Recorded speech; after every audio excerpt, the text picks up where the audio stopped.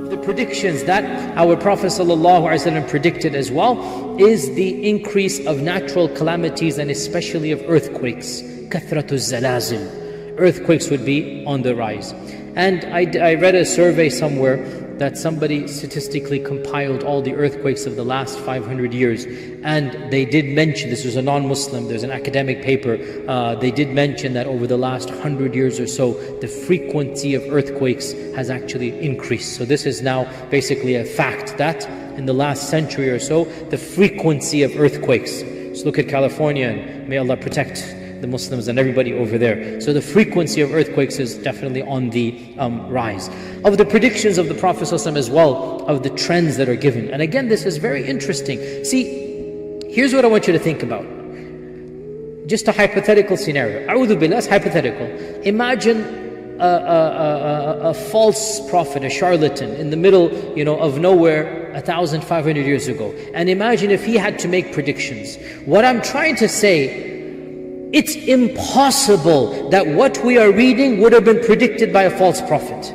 The very notions that are coming indicate that the one who said this, Allah is communicating with him. That's what I'm trying to say. No one could have imagined what the Prophet ﷺ predicted is going to happen, and we are seeing it over here. And of the things he predicted is kitaba, writing would become prevalent. Writing would become prevalent. Literacy rates. Once again, who could have predicted? When the Quran was revealed in Mecca, the city of Mecca probably had around 2,000, 1,500 people, 2,000 people in it. Of those 1,500, 2,000, probably less than a dozen could read and write. That's like what? 1%. 1%. And our Prophet ﷺ predicted, إِنَّ مِنْ عَلَامَاتِ السَّاعَةِ, of the signs of Judgment Day, is kitaba, will be prevalent. Remember, most of the Sahaba could not read and write because that was the society. That's nobody taught them. That's the way they were. To predict that reading and writing will become the norm, not just in Muslim lands but in the globe, is once again beyond even understanding. And this is exactly what he predicted. Now, another prediction seems to contradict this one. And that's the hadith in Sahih Bukhari. The hadith of Kitaba is in Muslim Imam Ahmed. Sahih Bukhari mentions another prediction. That one of the signs of the end of times is that ignorance will prevail. Jahl will be everywhere. Ignorance will prevail. Now, how can ignorance prevail? And at the same time, the Prophet is saying reading and writing will prevail.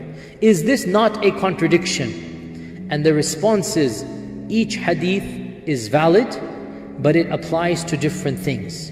When the Prophet ﷺ is saying ignorance will prevail, he's not talking about reading and writing. He's talking about knowledge of right and wrong. He's talking about common sense. And when he's talking about kitaba, he's talking about literacy. Before the rise of the internet, those of you who witnessed that era, in the 80s and 90s, mankind foolishly believed that if only we could give people access to education, they will all become intellectuals. The internet came, and all of Encyclopedia Britannica times 100 became free of charge. Wikipedia and this and that. Any database you want is there, any journal you're there. And mankind has not gone more intelligent. It has even taken a nosedive beyond that. This is what our Prophet is saying. Kitaba will increase, jahala will also increase. It's not a contradiction. Because not necessarily just because you're reading, your intelligence will increase. So there is no contradiction in that.